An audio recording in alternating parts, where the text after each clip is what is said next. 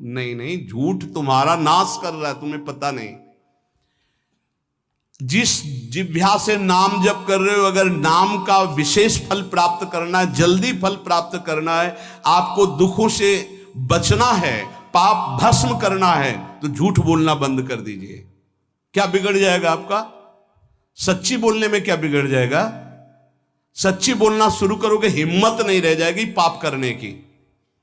ये जो पाप करने की तुम्हारी हिम्मत पड़ रही, झूठ बोलने के कारण पड़ रही।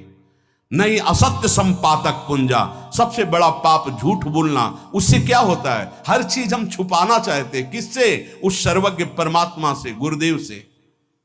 नहीं, झूठ नहीं।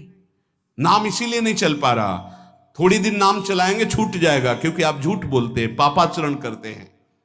अगर नाम को चलाना है तो नारायण स्वामी जी कह रहे हैं, पहली बात मौन का आश्रय लीजिए, कम बोलिए, अधिकतर चुप रहना सीखिए, तभी नाम चला पाएंगे। जो कार्य कर रहे हैं आप उस पर ध्यान दें, उस कार्य को एकाग्रता पूर्वक करें, वाणी को मौन रखें, उस वाणी से धीरे धीरे नाम उच्चारण करें। कम से कम 24 घंटे में 4 घंटे मौन का तो सबको अभ्यास कर लेना चाहिए। 24 घंटे में 4 घंटे मौन का। तो ऐसे ऐसे बुद्धिमान हो कहेंगे हम 6 घंटे मौन रहते हैं। कब? बोले जब सोते हैं तब। आप 4 घंटे कह रहे हम 6 घंटे मौन रहते हैं, 24 घंटे में हम 6 घंटे मौन रहते हैं, बहुत बुद्धिमान है। बोले आप 4 घंटे कहते हम 6 घंटे मौन रहते हैं, तो कब आप मौन रहते हैं? बोले जब सोते हैं तो 6 घंटे सोते हैं, मौन ही रहते हैं उस समय। मौन जागृत की कह रहा हूं, 4 घंटे का। नारायण स्वामी के बहुत बड़े महापुरुष हुए, तुम 4 घंटे मौन का अभ्यास करो, ऐसा निकालो 2 घंटे, 2-2 घंटे करके 24 घंटे में 4 घंटे मौन। उस समय हम किसी से बात नहीं करेंगे, नाम जप करेंगे। कार्य करो, कार्य करने के लिए मना नहीं कर रहे हैं, कम बोलो। आजकल लोग अपनी जीवनी शक्ति को बोलने के द्वारा बहुत नष्ट कर रहे हैं, व्यर्थ की बातें करते रहते हैं। 4 आदमी चल रहे हो, आप पीछे चलिएगा, सुनते, बेमतलब की बातें। नाम जब नहीं होगा वो डिलीट नहीं होंगी, वैसे ही बनी रहेंगी, अगले जन्म के लिए तैयार हो रहा है।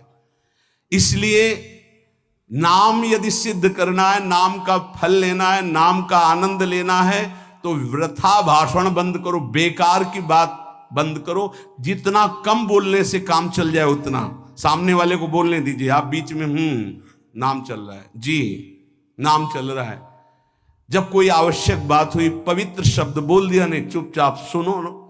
उसको लग रहा है कि आप संभाषण करो, मान लो रिश्तेदार है, नातेदार है, मित्र, अब आप व्यवहार में हैं, आप सीधे ये तो नहीं कह सकते हमसे बात मत करो, नहीं, हाँ बात कीजिए, लेकिन आप कम बोलिए, उसको बोलने दीजिए, आप नाम जप कीजिए, जरूरत भर बात कीजिए। बात में भगवान की चर्चा हो तो कोई बात नहीं, अगर प्रपंच की चर्चा है तो बचने की कोशिश कीजिए। अपने संबंधियों, अपने दोस्तों, अपने व्यवहारियों से व्यवहार, दोस्ती, संबंध शिथिल कीजिए, तभी नाम में प्रीति होगी। अगर ये कि अब हमारे दोस्त आ गए हैं तो फिर वो दोस्त छूट जाएगा नाम, अब बातें शुरू हो गई प्रपंच की। धन्य है ऐसी बुद्धि जो प्रियजनों से भी संभाषण केवल भगवत वाक्यों का, अन्यथा नहीं। इसीलिए इस मार्ग को वर्ण करना बहुत कठिन है। एक ऐसा तुम्हारा निवास स्थान होना चाहिए अलग, जिसमें अपने रिश्तेदार, नातेदार, व्यवहारियों का प्रवेश ना हो। आपकी शैया अलग होनी चाहिए। अगर नाम जापक नाम सिद्ध करना चाहता है, नाम का फल लेना चाहता है, नाम निरंतर चलाना चाहता है, तो जिस आसन पर आप बैठते हैं उसी में प्रपंची, विषयी, संसारिक वृत्ति वाले बैठेंगे तो भजन की वृत्ति नहीं बन पाएगी। एक ऐसा, वैसे होते हैं घरों में बैठने वालों का अलग, लेकिन साधन कक्ष अलग होना चाहिए अपना। किसी का यदि प्रवेश ना हो तो आप देखेंगे कि आपके साधन के परमाणु आपको वहां बैठते ही तत्काल विक्षेप रहित करके भजन में लगा देंगे। अगर घर में ऐसा कुछ ना हो तो एक आसन अपना अकेला रखिए, जिस पर आप शयन करें वो आसन केवल आपका ही होना चाहिए। अगर वो सार्वजनिक बैठने के लिए ही है, ऐसी व्यवस्था नहीं, तो आसन समेट कर अपना अलग रख दीजिए और दूसरे आसनों पर बैठा लिए, फिर वो आसन हटाकर जब आप शयन करें तो आपका आसन होना चाहिए। इसका बहुत बड़ा प्रभाव पड़ेगा। कोई भी ऐसा दृश्य या पुस्तक ना पढ़ें जो वासनात्मक हो और प्रभु के नाम से आपको विमुख कर दे। अखबार आदि, समाचार आदि, ये हमारे चिंतन को नष्ट करते हैं। अगर नाम जप करना है, निरंतर नाम स्मृति बैठालनी है, एक घटना कई मिनट तक विक्षेप देती है। ऐसा हुआ, कैसे लोग हैं। अब उसमें तो समाचार ही हो रहे हैं, सैकड़ों बातें हो रही, पेपर है तो सैकड़ों बातें लिखी हैं, क्या क्या, अब वो सब दिमाग में भर गई। इतना व्यसन है किसी किसी को पेपर पढ़ने का, समाचार पत्र पढ़ने का, कि सुबह होते ही वो विरह में रहते हैं कि पेपर आ जाएगा। आया नहीं, मिला तो ऐसी एकाग्रता से पढ़ते हैं जैसे वेदांत चिंतन करने वाला वेदांत चिंतन। चश्मा लगा, चाय रखी, ठंडी हो रही, उससे मतलब बीच बीच में चाय और चश्मा से और पूरे दिमाग में वही। अब क्या करेगा, जो पढ़ा है उसका चिंतन बनेगा, वही बोला जाएगा। अब जहां चार मिले तो तुम्हें पता है, उत्तर प्रदेश में ये हुआ, मध्य प्रदेश में ये हुआ, चर्चा दिमाग। नाम जापक पूज्य श्री नारायण स्वामी कह रहे, अखबार पढ़ना, दुनिया भर की प्रपंच की जिसमें बातें हैं, ऐसे समाचार, ऐसे टेलीविजन देखना, ये तुम्हारे हृदय में नाम नहीं चलने देंगे, तुम्हारी स्फुरणा को गंदी कर देंगे, बेकार का वक्त खराब होगा। इसलिए अगर आपको पढ़ना ही है तो धार्मिक ग्रंथों को पढ़िए, अपने इष्ट संबंधी ग्रंथों को पढ़िए नाम जपने के लिए। किसी को कभी वचन न दें। पांचवा, बहुत बहुत पॉइंट की बात करें, यदि आपने किसी को वचन दे दिया और पूरा नहीं किया तो भजन का फल वहां जाएगा, ध्यान रखना। यही हमसे सब त्रुटियां होती रहती है अपने लोगों से। जाओ आज से बाद वचन दे दिया, हम ऐसा नहीं करेंगे, नहीं करेंगे चाहे मर जाएं। और अपने लोग ऐसे फिसड्डी हैं कि शाम के वचन देते हैं और सुबह फिसल जाते हैं। 2-4 दिन बहुत चला, फिर फिसल जाते हैं। बोले कसम से आज से ऐसा नहीं करेंगे। तो आप इसको खिलवाड़ न समझे, आपके सुकृत नष्ट हो रहे हैं, वासना आपके सुकृतों को नष्ट कर रही। दूसरा, जैसे आपने किसी से कहा कि मैं शाम के 5 बजे आ जाऊंगा, तो 5 बजने में 5 मिनट कम होने पर आपको पहुंच जाना चाहिए, 5 मिनट ओवर होने पर नहीं, उसके पहले ही आपको ऊपर। यह संतों के जीवन में देखा गया है। समय का बहुत बड़ा जीवन में अस्तित्व है। अगर आप किसी को समय दें, फिर उसमें प्रमाद स्थिति नहीं होनी चाहिए। 5 मिनट पहले पहुंचिए। समय दिया है किसी को तो 5 मिनट पहले उसको इंतजार ना करना पड़े। रात को सोते समय नाम जापक उपासक विचार करें, मेरा नाम किन किन कार्यों में छूटा, मेरे से कौन कौन सा पाप हुआ, मैंने कौन सी आज गलती की जो नहीं करना चाहिए, और उसे डायरी में नोट करें। नारायण स्वामी कह रहे हैं दूसरे दिन सावधानी पूर्वक वो गलतियां ना होने पावे जो हमने आज की। जब उपासक सत्य बोलना स्वीकार करता है तो उसके हृदय में डर जागृत हो जाता है। ध्यान रखना, डर ये माया के द्वारा प्रेरित है। अगर व्यापार में सत्य बोलेंगे तो पैसा अधिक नहीं आएगा, अगर हम सत्य बोल दिए तो डांट लगेगी, अगर हम सत्य बोल दिए तो सब लोग जान जाएंगे मैं ऐसा गंदा हूं। सच्ची मानिए, सत्य बोलने का नियम ले लीजिए, आप निष्पाप हो जाएंगे, आप महात्मा बन जाएंगे अंदर से। कोई भी पापाचरण आपके जीवन में नहीं रह जाएगा। भगवान का नाम सत्य है, उस नाम को चलाने के लिए झूठ बोलने वाला नाम को कैसे चला सकता है। सत्य बोलने से यदि तुम्हारा नुकसान हो रहा है तो तुम सह जाइएगा। नारायण स्वामी कह रहे हैं उससे बड़ा लाभ आपको श्री भगवान प्रदान करेंगे। आप सत्य बोलिए। आजकल भगवान पर विश्वास नहीं, इसलिए झूठ पर विश्वास है। कलयुग की ऐसी प्रेरणा है कि सब झूठ बोलने लगे हैं। कोई डरता ही नहीं झूठ बोलने में, पूरा का पूरा। जैसे नहीं कहते कुछ तो सत्य होगा, ऐसे ऐसे महानुभाव हैं कि 100% झूठ बोल जाते हैं, 100%। धन्य है मोबाइल जो झूठ बुलाने में बहुत प्रवीण है, बहुत प्रवीण है। अरे भाई हम नहीं मिल सकते, आज हमारा मन नहीं है, खत्म खेल हो गया, सत्य बात है, नहीं मिल सकते आपसे, मत उठाओ फोन।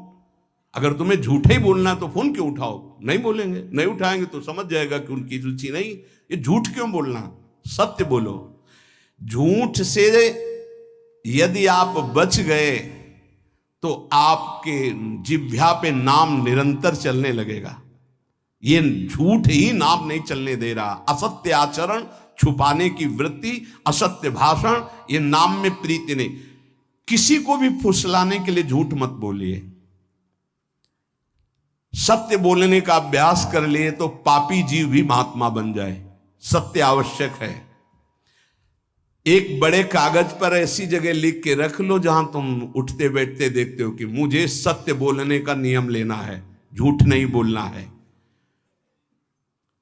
सत्य साधन कर लो, फिर देखो नाम कैसे चलता है। तपस्या, बड़े बड़े पुण्य, बड़े बड़े तीर्थ स्नान उतना पवित्र नहीं करेंगे जितना सत्य बोलने से होगा। पर बहुत कठिन है इस समय सत्य बोलना।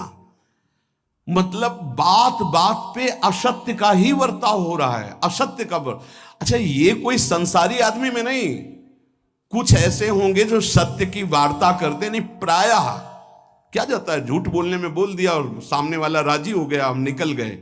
लेकिन सत्य ना होने के कारण आप में सत्य आचरण, सत्य स्वरूप भगवान का नाम, भगवान को कहा गया सत्य नारायण, वो नाम नहीं चलेगा। भजन करने का पहला साधन है सत्य बोलना। जबान से सत्य बोला जाए। और भजन की संख्या प्रारंभ में जरूर लेनी चाहिए।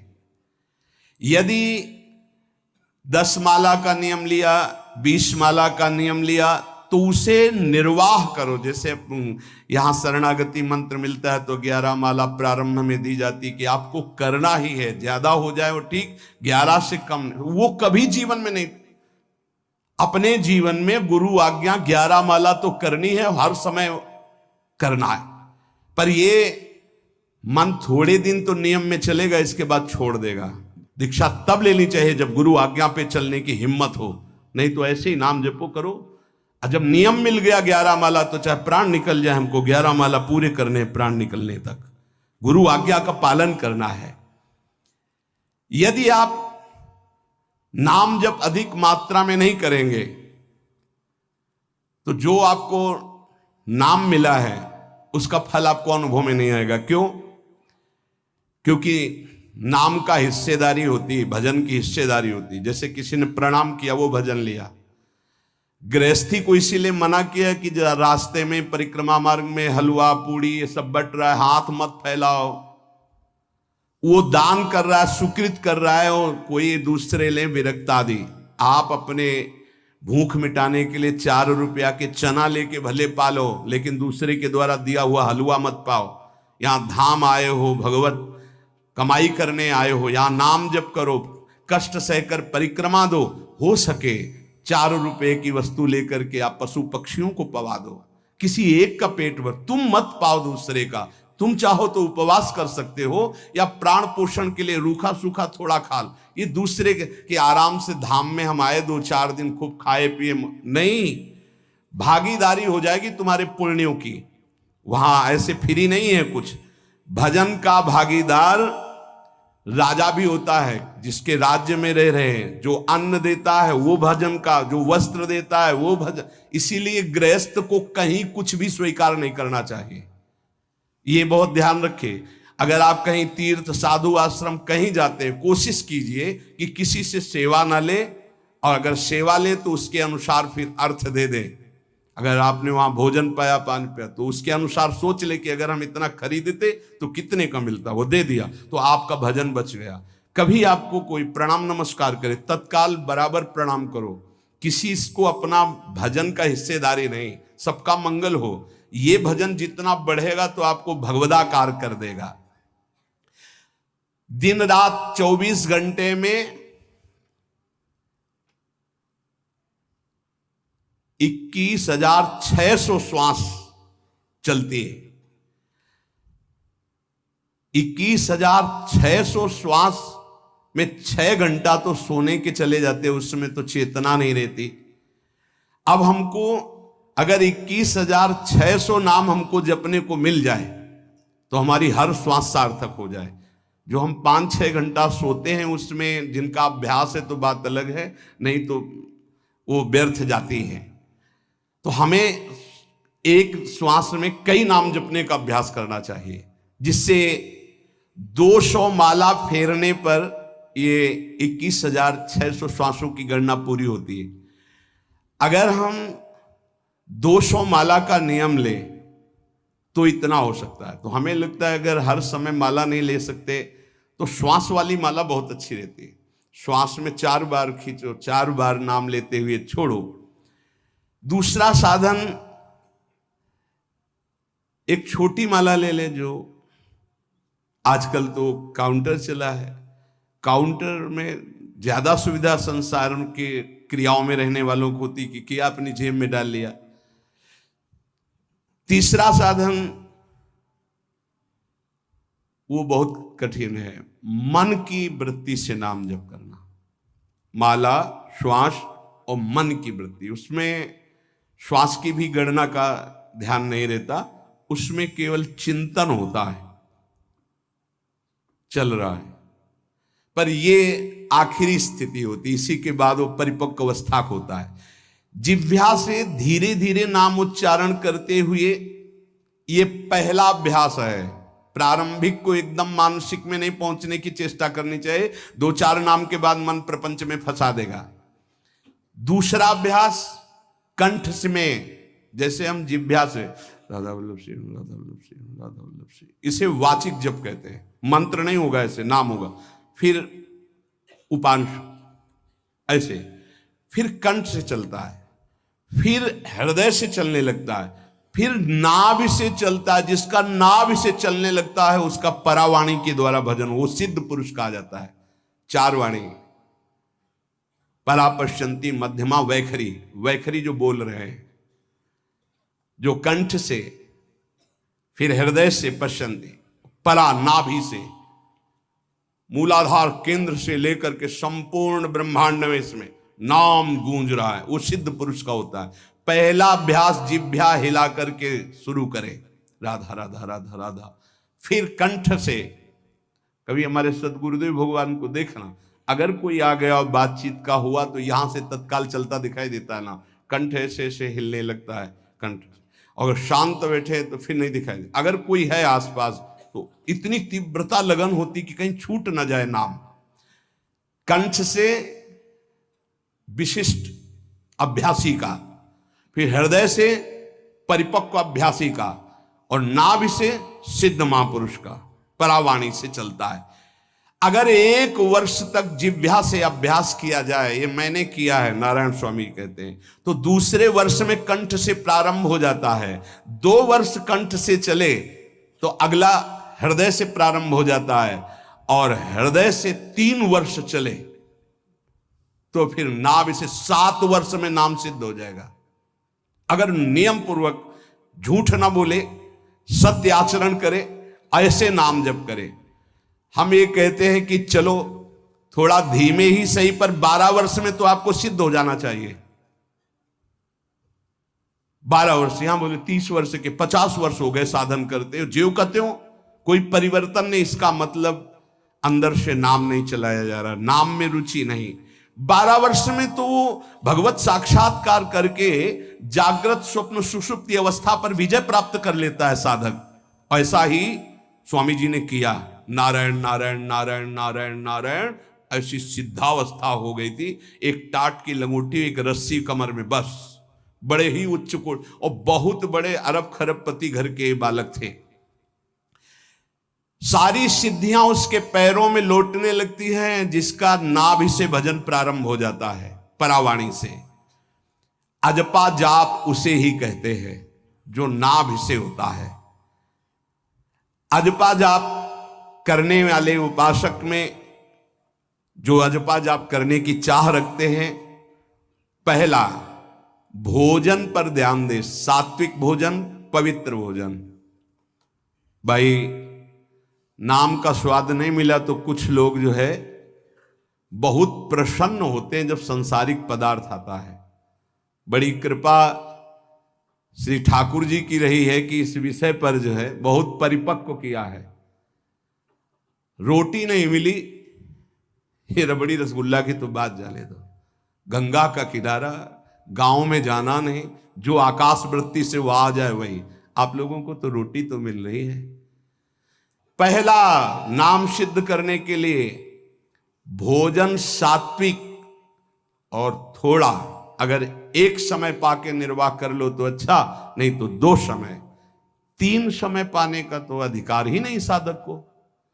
भगवान की बड़ी कृपा है, जब भूख थी तब था नहीं, और जब है तो भोजन नहीं पा सकते। वो बड़ा लीला बिहारी है। जब भूख थी तब भोजन नहीं, और जब भोजन है तो नियम कानून इसके लग गए हैं, ये इतना इतना। दूसरा, पहला भोजन पर पवित्र। देखो नाम जप के लिए बहुत आवश्यक है। यही जीवन है कि अगर आप नाम जप करने लगे तो हमारा बोलना, हमारा जीना सार्थक हो जाएगा। अगर नाम जप आपको करना है तो पवित्र भोजन होना चाहिए। 2 टाइम भोजन पाना है तो थोड़ा थोड़ा पाओ, पेट ना भरने पाओ, ऐसा ना लगने की वजन बढ़ गया है। वजन बढ़ गया है तो भजन घट गया है, वजन घट गया तो भजन बढ़ गया है। देखो तुम्हारे संसारिक संबंधी माता पिता चाहेंगे कि तुम्हारा चिकना शरीर होना चाहिए, हष्ट पुष्ट होना चाहिए, लेकिन हम चाहेंगे कि तुम्हारा भजन पुष्ट होना चाहिए, भगवदाकार वृत्ति होना चाहिए। शरीर तो आज है, कल नहीं रहेगा, चाहे जितना चिकना कर लो। संसारिक माता पिता के प्यार में और गुरु के प्यार में यही अंतर है। वो आपके स्वरूप को पुष्ट करेगा तो शरीर तो अपने आप, मन प्रसन्न है तो वो स्वस्थ है, अस्वस्थ होने पर भी स्वस्थ है। अगर शरीर स्वस्थ है और काम वासना है, नाना प्रकार की चिंताएं, ये थोड़ी माता पिता दूर कर पाएंगे। वो तो तपस्या और साधना से ही दूर होती है। ध्यान रख लीजिए। अधिक भोजन पाना, शरीर को बहुत पुष्ट बलवान कर लेना, तो हर इंद्रियों को भोग देना पड़ेगा आपको। वो कोई तपस्वी होता है, जो तपस्वी होता है वो संयमी होता है, जो संयमी होता है उसके चर्बी नहीं होती। ध्यान रखना। युक्ताहार विहार से, प्राण पोषण के लिए केवल शरीर में अन्न जाए तब नाम में प्रीति होगी। खाते खाते अनेकों जन्म व्यतीत हो गए, वर्षों व्यतीत हो गए, अरे अब तो भजन कर लो, कहां तक खाओगे? ये नरक कुंड है, डाला विष्ठा बन गया। नींद, एक नियम बना लो कि इतना ही सोना है। पता नहीं सोने में कौन सा सुख, नींद में केवल एक बात का सुख होता है, आपका संसार का चिंतन नहीं होता, तो आप जो शांत रहते हैं वो सुख होता है, लेकिन वो तमोगुणी सुख है। अगर आप जागृत में संसार का चिंतन न होने दें और भगवत चिंतन कर रहे हैं तो आप महापुरुष हो जाएंगे। सो सो के जीवन क्यों बर्बाद करते हैं? एक टाइम रखिए सोने का, बस। ये कोई तुम्हारा सुख नहीं है, ये तमोगुणी सुख है। निद्रा आलस्य प्रमादोत्तम तत्तामस मुदाहृतम। और एक बात समझ लो, यद तज्ञे विस्मि परिणामे अमृतोपमम। जिसमें विष जैसा शुरुआत में लगता है उसका परिणाम अमृत होता है, और जिसकी शुरुआत अमृत जैसी लगती है उसका परिणाम विष होता है। प्रातःकालीन उठ करके सत्संग में आना विष जैसा लगता है, लेकिन उठ के आ रहे हो तो इसका फल अमृत होगा। ब्रह्म मुहूर्त में सो रहे हैं, जीवन बर्बाद कर रहे हैं, अरे ब्रह्म मुहूर्त में उठिए, स्नान कीजिए और सच्चिदानंद भगवान में चित्त को जोड़िए। ये विष जैसा लगता है, परिणाम अमृत जैसा होता है। तीसरा, 24 घंटे में 1 घंटे का तो एकांतवास करना सीख ही लो, चाहे गृहस्थ हो चाहे कोई भी हो। 1 घंटे हमसे कोई बात नहीं करेगा, अपने दरवाजा बंद, थोड़ा 1 घंटे कोई ऐसा समय निकालो जिसमें चित्त को केवल श्री कृष्ण से जोड़ो, प्रियाजू से जोड़ सको। चौथा, विरक्त साधक, तकिया गद्दा, ये सब चीजें अगर लगा के सोओगे तो नाम जप नहीं होगा। देखो, हितधाम में कुशासन और एक ईंट कुशासन के नीचे, सर्दी में ओढ़ने के जो हमारे कंबल थे वो आटे का बोरा बलराम जी ला के दे थे। जीवन को यदि आप कसौटी पे नहीं कसेंगे तो भजन नहीं होने वाला। अब तो शरीर रोग से ग्रसित है, आप चाहे जहां रखो, चाहे जैसे रखो, प्रिया जो जाने। जब तक हमें भगवदाकार वृत्ति ना हो जाए तब तक विषयों को स्वीकार नहीं। ऐसे हैं साधक, बड़ा सुख मिलता है। एक ऐसे पड़ा हुआ है आसन, उनके कमरे में जाके देखिए, केवल आसन ही है। कितने ऐसे साधक राधा के कुंज में रहते हैं जिनकी चटाई केवल है, न तकिया है, न गद्दा है, न कोई। उसी चटाई को ऐसे खड़ा कर दिया, बिछा लिया, बस उसी में पड़े, भोजन मिला पा लिया, ऐसे रह रहे हैं। कमरे में देखो जाके तो ऐसा लगेगा कि इसमें कोई रहता ही नहीं, कुछ है ही नहीं, केवल चटाई है। तकिया गद्दा विशेष विलासिता की वस्तुएं तो नाम जप नहीं होने वाला, ध्यान रखना। जहां पड़े आराम से नींद आ जाएगी, सो जाएंगे, और जब तो नींद उतनी आएगी जितनी आवश्यकता है। भजन का खजाना तिजोरी में रखें, कभी किसी से बताएं नहीं कि आपका भजन कितने माला कितना होता है। पूज्य नारायण स्वामी जी कह रहे हैं, भजन को खजाने में रखने का मतलब है लूटने वाले डाकू माया भेजती है, काम क्रोध लोभ मोह मद मत्सर आदि, और प्रिय गृहस्थ भगत आदि। कैसे प्रिय गृहस्थ? स्वामी जी अब ये सब आप ही कहा है, बहुत बीमार है, आप देखना। ठीक है, दूसरे की दुख निवृत्ति करना संत का स्वभाव होता है, पर हम जिस मार्ग के पथिक हैं, हमारा कर्तव्य है। हमारे पास हमारे प्रभु के सिवा कोई नहीं, हमारा जो कुछ है वो प्रभु हैं। ए भैया, जैसा श्री जी चाहेंगे वही सब मंगल करेंगे, ये शब्द होना चाहिए। उससे उसका भी मंगल होगा, आपकी भक्ति पुष्ट होगी। कभी भी जो गृहस्थ में भजन करता है, किसी भी तरह का किसी से भी कोई प्रतिग्रह ना ले। नहीं ले लो, ये लो ही बढ़िया है, रख लो। नहीं महाराज, हमारा ये मार्किन का गमछा ही काफी है हमारे लिए। नहीं नहीं नहीं, ये प्रसाद पाल, हाँ इतना किनका दे दीजिए, भगवत प्रसाद है, ये हमारे लिए पर्याप्त। गृहस्थी में अगर आप भजन करते हैं तो अपने भजन को बचाने के लिए किसी से भी दान पुण्य, किसी का भी बट रहा है वो स्वीकार न करें, किसी से प्रणाम नमस्कार, किसी से अपनी सुविधा सेवा स्वीकार न करें। और जो विरक्त है उसको ध्यान रखना चाहिए कि हमारा जीवन केवल जगत मंगल के लिए विश्वेश्वर भगवान को समर्पित जीवन है। ना हम किसी को शाप दे सकते हैं, ना किसी को वरदान दे सकते हैं। सेवक स्वामी की इच्छा को देखता है, ऐसा ऐसा, हाँ प्रियाजू की जैसी इच्छा होगी वैसा। नहीं, आप ऐसा नहीं, प्रियाजू का बस जबान से कभी ना किसी के प्रति शाप का, और ना हरिराम व्यास जी ने कहा है कि शाप और वरदान हमारे स्वामी की, तो हमें हर बार में यही बोलना है, जैसी प्रियाजू की इच्छा, जैसी श्यामाजू की इच्छा। नहीं, आप कुछ कह दीजिए तो राधा राधा राधा, नहीं कैसे मंगल होगा, आशीर्वाद दीजिए राधा राधा राधा, बहुत संभाल के। महात्माओं को इस बात में सावधान रखना चाहिए कि ये माया ममता का रूप धारण करके तुम्हारी तिजोरी को खाली कर देगी। खजाना लूटने के लिए माया बहुत अनुभवी महापुरुष है, सेवक के रूप में आती है, खास सेवक बनकर। आज तक जहां दगा हुआ है तो खास से हुआ है। जब वृक्ष कटने लगे तो आपस में बात की, भाई ऐसा कौन आ गया जो हमें काट सकता है? बोले हमारा कोई मिल गया। तो कुल्हाड़ में जो बेट है ना, बोले मिल गया कोई हमारा। खास बन करके आती है माया, सेवक सेविका रूप लेके। बहुत अनुभव की बात महापुरुषों की, मान लीजिए विरक्त जनों के लिए खास बात है। सेवक सेविका रूप रख करके माया आएगी। इसके बाद अगर आपने स्वीकार किया, फिर तुम सेवक होगे, वो स्वामी होगी। समझ रहे हो? बहुत अंदर से इस बात को समझ लीजिए। अगर आपको भगवत प्राप्ति करनी है तो जब तक शरीर में श्वास रहे, सेवा मत स्वीकार करना किसी की। कपड़ा धुलाना, खाना पीना, भीख मांग के खाओ, भिक्षा अन्न, या आकाशवृत्ति से जियो।